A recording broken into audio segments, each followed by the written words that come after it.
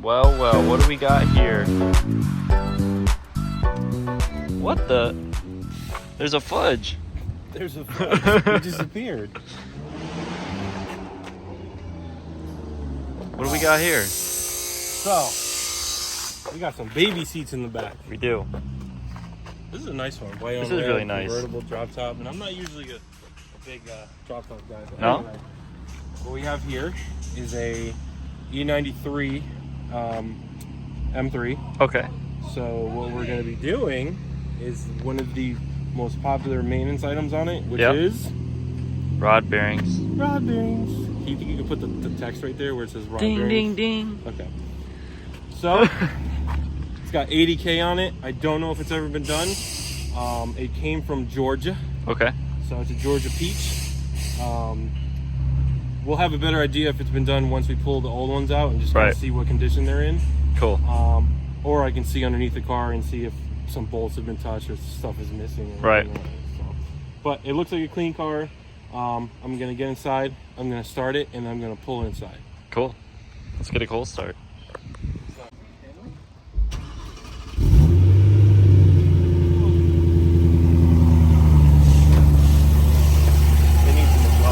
I hear the motor. I'm gonna have to hit up Austin and Valve. Thanks, bud.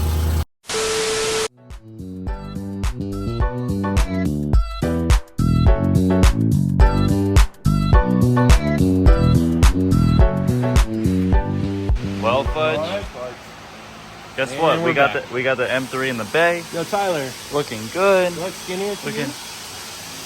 You been working out? I've been eating healthy. Oh yeah. Been on these grains. I look skinnier to you? You had like Taco Bell the other day though, so I don't know what kind of grains. Taco Bell's the healthiest fast food you can possibly have, and I had a Powerball. Well, M3's on the lift. M3's on the lift. How you feeling, Fudge? I'm feeling good. So, just a quick rundown. There's nothing really that we have to do up top here. The only thing we have to do is install a support brace. Okay. Just to hold the motor up while we work underneath it, because we are going to be dropping the subframe. So this is all set, and then the other thing we do is I just loosen the oil cap and then take the filter out, because you're going to want to release as much of that crankcase pressure or oil pressure as possible to have it drain down. It is thick oil. It's 10W60, so it's like very, very thick. So I just don't want to be dropping the pan and then it's like I'm working, it's like boop, boop. Right, dripping out. Yeah. So let's go over the parts real quick. So this is a kit from ECS. It's a complete rod bearing kit. Comes with your oil. So as you can see, it's the 10W60. Here we have the connecting rod bolts. So they are ARP bolts, so they're stronger than the OEM bolts. Cool. And then these should be the bearings. So we have the lower and the upper. Nice. So I'll explain that once we get one out. The difference between those. Cool. And you can see they're color coded. So red is lower and I think blue. Yeah, blue is the upper. So we can't mess that up, but. And then we have an oil filter, drain plugs, and a pan gasket. Wow. So, and then the assembly lube. Because we're gonna lube the shit out of those bearings. Wow.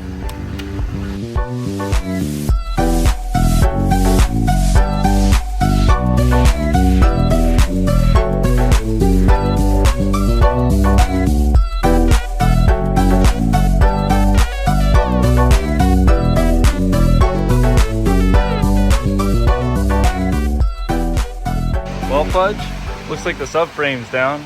That's a good start. It's 3 o'clock. Yeah, so we got the subframe down. Now we will take all the little fixings off the oil pan. Okay. And then we'll drop the oil pan, and then we can start our rod bearing replacement service. You're yawning. Must be hard.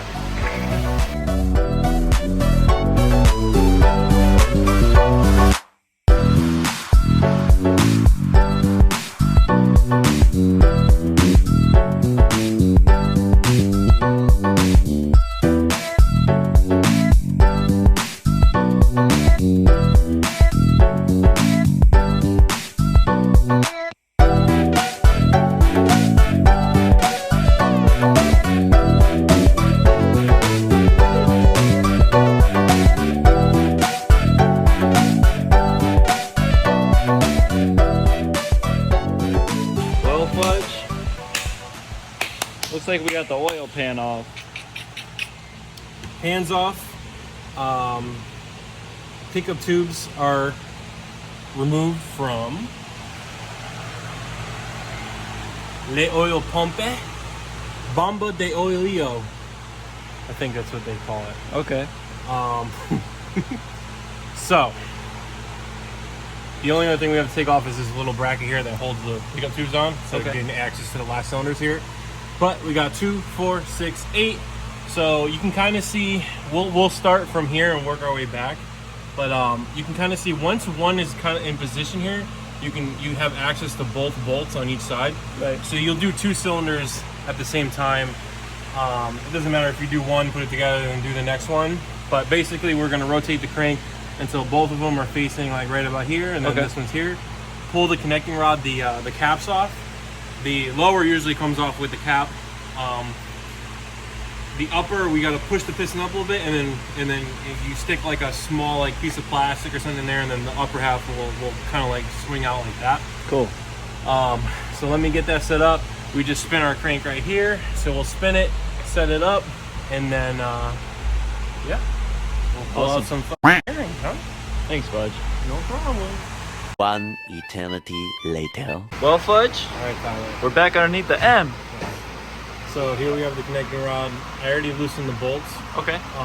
So what I like to do is just put a blue mark, because you can't see it, but these are actually 2 halves. So the way it works is like I've explained it before. It's like a cast piece. Okay. And then they crack it and it separates. So when they're together, it's actually stronger. So I'll show you when you loosen these up.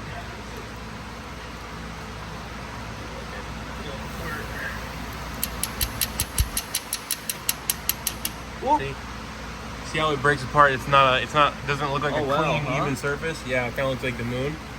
So I'll show you what the bearings are. The whole point that we're in here. We pull these out, which these bolts are not reusable. These are the OEM bolts. Okay. And you can see that they look a little crazy because they're, There we go. there it is. These are stretch bolts.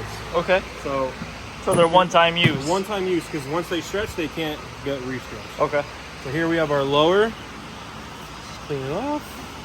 This one looks pretty good. Not too much wear. So those are wear marks. When it's really, really dark, that's when the balance is kind of off, and then it's kind of wearing into the bearings, or if the car is kind of like has like a lot of detonation or something, and it's causing a lot of, angrily movement on that piston, then Right. that's where the bearings are going to get problems. But the way we take this out, as you can see, there's a difference between this side and this side. You have that little square, that little notch. Okay. So all you got to do is just push down, and then pop it right out like that, and you can see there's a notch on the bearing, so you know which way it goes. The only difference is, like I said, there's a lower and there's an upper. So what we do for the upper is, you can see the top half of the connecting rod here, we kind of just push up a little bit like that. Yep. And then we take like I'm using this plastic pry tool. Take Oh, this okay. plastic, basically you put it right here, and then you just give it a little tap, and once it breaks loose, it falls right out. Comes around. Cool. Yeah. So Sweet. you're going to repeat that for all 8. You're going to torque the connecting rod bolts to the appropriate spec. If you want, you can check the clearance with a plastic gauge. There's a gauge to let you know how everything's doing. Yeah, Awesome. so we're moving along. Thanks, Fudge.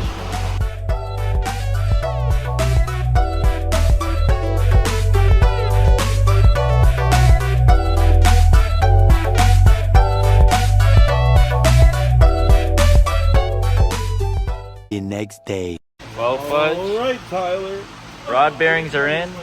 Yes, sir. Here's all the old stuff. So most of them came out pretty good. You can't really see it now, but I'm gonna pull out one to show you.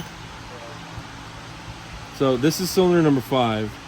This is the early stages of it wearing through the bearing. Okay. I've seen them get so bad where it almost shaves the whole bearing down, and like that's just no bueno, because then you can ruin your crankshaft. You can spin a bearing.